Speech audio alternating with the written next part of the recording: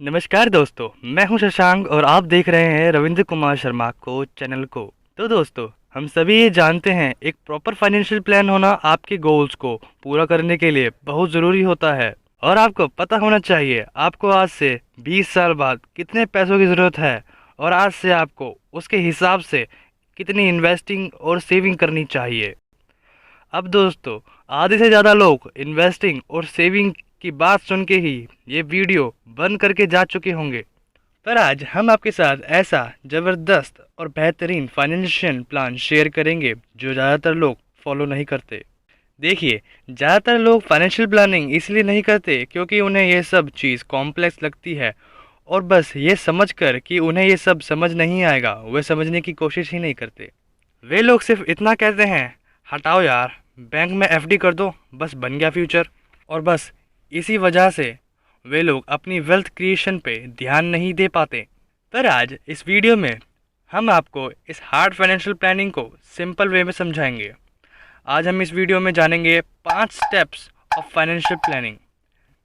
पहला सेविंग्स, दूसरा insurance plan, तीसरा इन्वेस्टमेंट प्लान, चौथा टैक्स प्लान और पांचवा रिटायरमेंट प्लान। तो फर्स्ट स्टेप है सेविंग्स।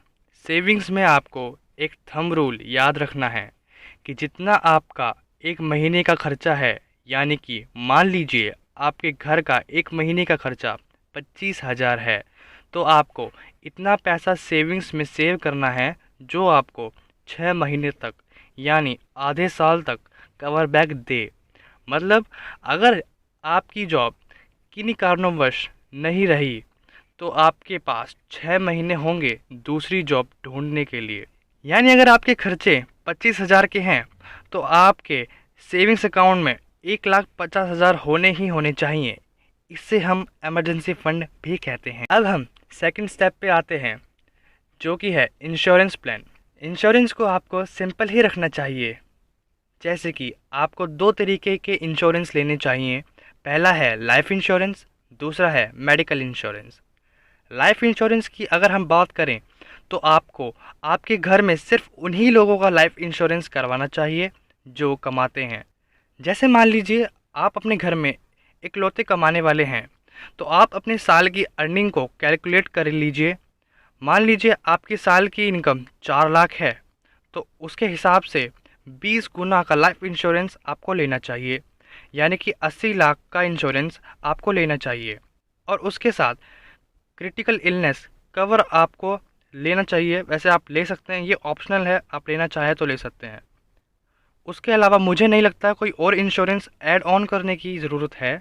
और अगर आपके घर में बच्चे हैं तो उनका लाइफ इंश्योरेंस ना कराएं जब तक वे अर्निंग की पोजीशन में ना पहुंच जाएं। अगर मैं रफली प्रीमियम की बात करूं तो अगर आप 30 से 35 साल की उम्र के हैं तो साल का प्रीमियम 10 या 11,000 का आएगा, यानी 1,000 रुपये महीने से भी कम।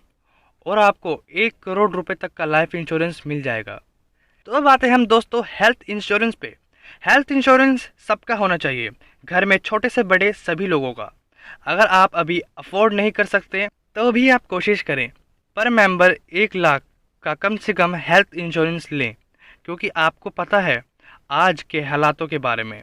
इन केस किसी भी इमरजेंसी में ये 1 लाख का हेल्थ इंश्योरेंस आपको बहुत मदद कर सकता है। अब हम आ चुके हैं अपने main and most important steps के ऊपर। हम सबसे पहले जानते हैं हम किन किन चीज़ों में इन्वेस्ट कर सकते हैं। पहला है इक्विटी, जिसमें आप म्यूचुअल फंड्स या स्टॉक्स के अंदर निवेश कर सकते हैं। दूसरा है गोल्ड या फिर ई गोल्ड। तीसरा है रियल इस्टेट, आप प्रॉपर्टी खरीद सकते हैं। अब मैं इन सब को एक एक करके समझाता हूँ। सबसे पहले इक्विटी। इक्विटी में आप स्टॉक्स या म्यूचुअल फंड्स में इन्वेस्ट कर सकते हैं, पर इसे तभी करें जब आपकी रिटायरमेंट को बहुत टाइम हो।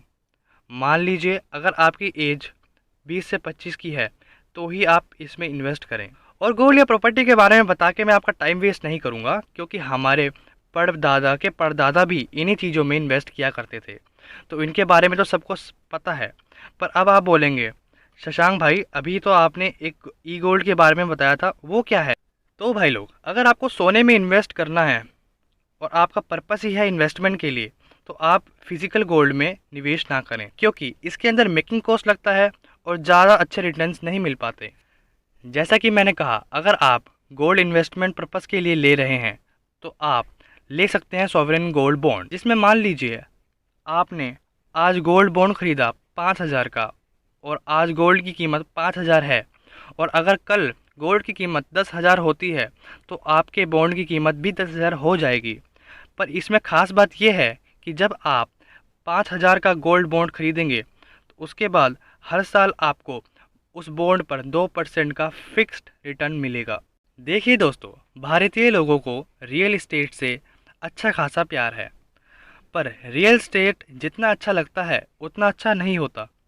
वो इतना अच्छा इसलिए लगता है क्योंकि हम सालों उसको लेकर छोड़ देते हैं। रियल एस्टेट को हम 20 सालों से ज़्यादा अपने पास रखते हैं, पर मुझे ऐसा लगता है कि एक घर आपके पास होना बहुत ज़रूरी है। कल्पना कीजिए कि आप एक किराए के मकान पे हैं और किसी कारणवश आपको वो घर छोटा पड़ जाए, तो आप अपने घर में एकदम से शिफ्ट हो सकते हैं। तो दोस्तों, फोर्थ स्टेप है टैक्स प्लान। टैक्स प्लान की ज़रूरत ज़्यादातर उन लोगों को होती है जिनकी सालाना इनकम 6 लाख की होती है। पर अगर आपकी इनकम 6 लाख से कम है तो आपको ज़्यादा टैक्स प्लानिंग की ज़रूरत नहीं है। जैसे आपके बच्चों की कॉलेज फ़ी होगी, उसका डिडक्शन मिल जाएगा, कुछ और खर्चों का डिडक्शन मिल जाएगा, LIC पॉलिसी है उसका डिडक्शन मिल जाएगा, और अगर आप थोड़ा बहुत टैक्स सेविंग फंड्स में निवेश करते हैं तो उसमें भी टैक्स डिडक्शन मिल जाएगा। अगर आप चाहते हैं कि टैक्स प्लानिंग के ऊपर हम आपके लिए अलग से वीडियो बनाएं तो कमेंट में ज़रूर लिख के बताएं। लास्ट स्टेप है, यानी कि फिफ्थ स्टेप है रिटायरमेंट प्लान। दोस्तों, रिटायरमेंट प्लान भी बहुत सिंपल है। आप ये देख लीजिए आपका आज का खर्चा कितना है, और मान लीजिए आपको रिटायर होने में 15 साल हैं, तो आज से आप NPS में इतना पैसा निवेश कीजिए कि 15 साल के बाद आपको 55,000 महीना मिलने लगे। NPS में कितना निवेश करना है या फिर कैलकुलेट कैसे करना है, अगर आप ये सब जानना चाहते हैं तो कमेंट सेक्शन में हमें बताइए, क्योंकि हर एक चीज़ को अगर हम इस एक वीडियो में कवर अप करने की कोशिश करेंगे तो ये वीडियो 1 घंटे से ऊपर की हो जाएगी। तो दोस्तों, आपके 5 स्टेप्स ऑफ फाइनेंशियल प्लानिंग यहाँ ख़त्म हो जाते हैं। आपने अपनी लाइफ को सिक्योर कर लिया है। तो एक बार जल्दी से देख लेते हैं आज हमने क्या सीखा। आपने 3-4 म्यूचुअल फंड्स ले लिए, आपने 1-2 टैक्स सेविंग्स फंड ले लिए, आपने सॉवरेन गोल्ड बॉन्ड ले लिए, हेल्थ इंश्योरेंस और लाइफ इंश्योरेंस, और 6 महीने के बराबर सेविंग्स अकाउंट में जिसमें भी आपको FD जितना रिटर्न मिल रहा हो उतना आपने इमरजेंसी फंड रख लिया। ये सब कुछ आपने कर लिया तो आपकी फाइनेंशियल प्लानिंग कंप्लीट हो चुकी है। अगर आपको ये वीडियो पसंद आए तो इस वीडियो को लाइक ज़रूर करें, और अगर इस चैनल को अभी तक आपने सब्सक्राइब नहीं किया है तो जल्दी से इसे सब्सक्राइब कर दें। ये बिल्कुल फ्री है। तो दोस्तों, बने रहें और देखते रहें हमारे साथ। Thanks for watching.